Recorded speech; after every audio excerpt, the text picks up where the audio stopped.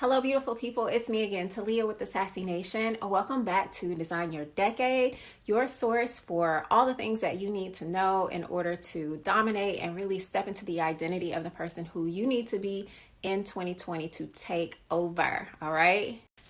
In today's video, we're going to be talking about a few limiting beliefs that commonly hold people back and what you can do to overcome those beliefs. All right, but before we dive in, of course, I want to remind you that I have opened up space on my calendar so that if you have any questions about any of the information that I'm sharing here with you today, or you want to know how any of this can apply to your life specifically, just book a one-on-one with me. The link is going to be in my bio. And if you're watching this like maybe on YouTube, look in the comments below. So we are going to go over 4 limiting beliefs that most people commonly struggle with. Those are the beliefs that I don't have the experience to do a thing. I don't have the confidence to do a thing. I don't have the motivation, or I don't have the time. And we're kind of going to work our way backwards, starting with the concept of time, because it's a little complex. Like on one hand, it's simple. On the other hand, there is some depth to that particular limiting belief. So most people walk around in the world thinking that there is a time shortage. So as a result, you get people who are chronically late, and those people start to identify with their lateness as being a part of their identity because they make statements like, I'm always late, I'm never on time, which when you put the words I am in front of any statement, that basically becomes a self-fulfilling prophecy. It will cause a chain reaction in your subconscious mind, which will go to work like a heat-seeking missile and bring patterns up, opportunities, and replaying the scenario of you being late all the time, okay? So one way that you can rectify limiting beliefs that are sort of like of minor consequence, such as being late, is thinking in terms of, has there ever been a time when you weren't late? Like really, go back in your mind. Has there ever been a time when you weren't late? Never? You've never not been late.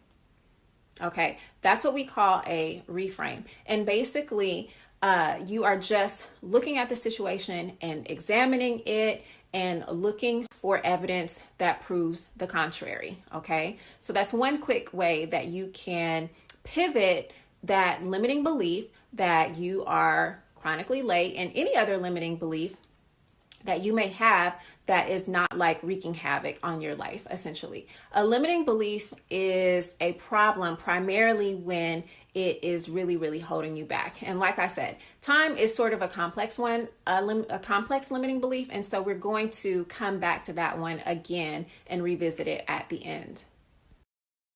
Now, here is where we start digging into the thick of things. When you have a limiting belief such as, I don't have the experience to carry out this task that I want to do. Let's say, for example, start a business. Okay, well, I didn't go to college. I don't have a business degree. Therefore, I can't start a business.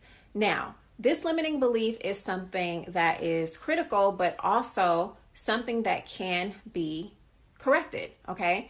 Because unless you are trying to go off and, be a doctor or a veterinarian or something where you actually need like licensure, it's probably okay for you to just go ahead and get started. Because the thing is that most people operate from the frame that I have to have something, fill in the blanks, some kind of certification, I have to have this degree, I have to have fill in the blank in order to do XYZ, whatever it is that your goal is. In this example, starting a business, so that I can be a successful business owner. What we want to do is to turn that model around and step into the identity of being a successful business owner by starting at your mindset and believing and feeling and acting and moving in the way that a successful business owner would move. And that will allow you to do the things that you need to do in order to have the outcome that you want to have related to your business. Okay? Now, that brings us to limiting belief number 3, which is confidence. Now, don't get me wrong, there are plenty of successful people who are not confident. Having the limiting belief of not having confidence is a problem, however, when it stops you from acting on the things that you need to do in order to reach that next level in your life, okay? Now, here's a little known fact that confidence is often rooted in fear. So think about a time when you had to do something that you maybe had never done before, but you were just like, I don't know, I just got to get it done. I'm just going to do it, and you went ahead and did it. Were you confident when you were getting ready, prepping to do the thing? No, but you went and did it anyways because you knew that it just had to be done. And a lot of times confidence comes after the fact that you have taken action. And that is because action gives you framework, even if it's not like a huge success. Say you tried a thing or you did a thing and it did not go so well. Well, at least you have the feedback now. So the next time that you go out and attempt to do that thing again, you can have a little more confidence in knowing that, okay, this is not my first time at the rodeo. Based on what happened the last time, this is what I'm going to do. And here's the thing, guys. Most of the time, the fear will not go away. You will have to do things and still feel scared about it. The difference is that you moving through that fear and doing the things anyway, or you letting the belief that you don't have confidence or the belief that, this fear is too great hold you back. Because ask any seasoned stage performer, singer, speaker, anybody who has to get up in front of people and perform. 9 times out of 10, before that curtain goes up, they're backstage and their heart is like this, pounding, okay? It's just a natural response, that your body does when something exciting is getting ready to happen. The difference is that these people, 9 times out of 10, have stepped into the identity and are really owning the thing it is that they do. Like, okay, this is just my life. I get on stage and I speak in front of people. That's just who I am. So they're able to push through and move through that fear. And you can do the same thing. Here's a trick that I learned from Mel Robbins, reading her book, the 5-Second Rule. Mel Robbins, she was a life coach and has gone on to be a very, very, successful speaker. And basically she said that every single time when she would get up on stage, she would still get stage fright, but she just started to reframe it and tell herself, I just feel excited. Because physiologically, the body is doing a lot of similar things. Think about it. Between you being scared, your heart pounding, your hands may be sweaty, whatever your symptoms are, 9 times out of 10, you're going to have the same, if not very similar reactions in your body. And so if you start sending messages to your brain saying that, hey, let me hit you with this reframe. I'm just excited instead of fearful. That's all this is. I'm just excited because I'm getting ready to go on stage and do my thing. Your brain is automatically going to kick in and be like, oh yeah, this does feel a little bit like excitement. All right. Yeah, we'll go with that. We'll go with excited. And just that alone can change the chemistry and the physiology in your body to help you to move through those fears. Okay, now we're getting into the final frontier, which is the limiting belief that I do not have the motivation to do ... fill in the blank. Okay.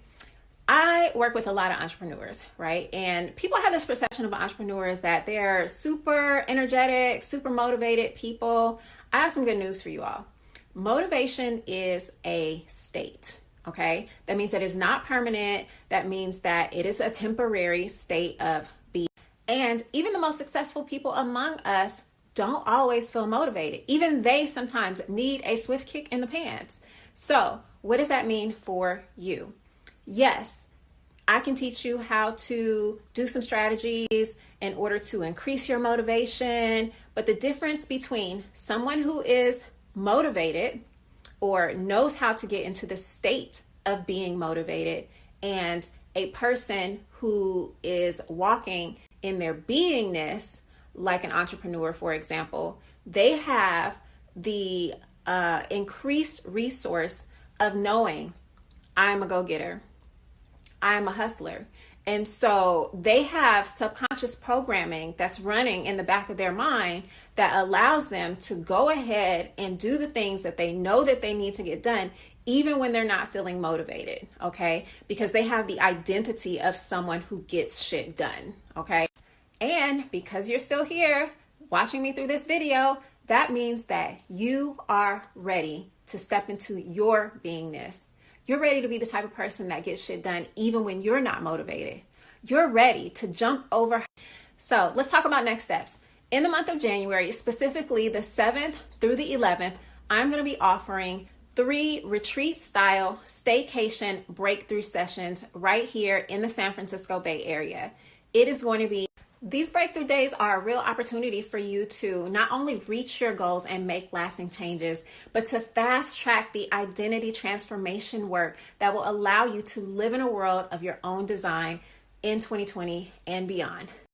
So next steps, click the link in my bio or in the comments below so that you can schedule a call and learn more about the Design Your Decade mini retreat breakthrough experience. Let me show you that you can be, do, and have everything that you came here to.